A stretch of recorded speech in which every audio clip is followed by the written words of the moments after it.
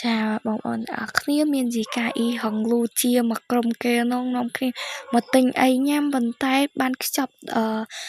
មួយនឹង fan គេនៅចិត្តនោះអ្នកគ្នាខ្ចប់ឈោះត្រឹងនៅនឹងហ្មងហើយសំខាន់ខ្ញុំកាត់ចាំងលូជាឲ្យអ៊ីហឹងខ្ញុំនេះក៏បានដូចចិត្តទៀតឲ្យគេឈរថតឡើងស្ងៀមហ្មងឯងប៉ុន្តែបើអ៊ីហឹងវិញខ្ញុំយកដៃខ្ទប់មាត់កុំឲ្យទប់សំណោចអ្នកខ្ញុំយកដៃខ្ទប់មាត់ហ្នឹងមិនអីណាទប់សំណោចកុំឲ្យសោចប៉ុន្តែទប់អត់បានទេជាមួយទៅទៀតគេទប់អត់បានមួយលូជាអីនឹងលូជាខ្ទប់ភ្នែកតែសោចដល់ពេលអ៊ីហឹងគេខ្ទប់មាត់គេសោចដែរឃើញគេសើចដូចជាខ្ញុំឃើញមុខងាប់ចឹងឯណាប៉ុន្តែគេចង់ឲ្យសើចប៉ុន្តែនៅក្នុងចិត្តចង់ហោះឯនេះចឹង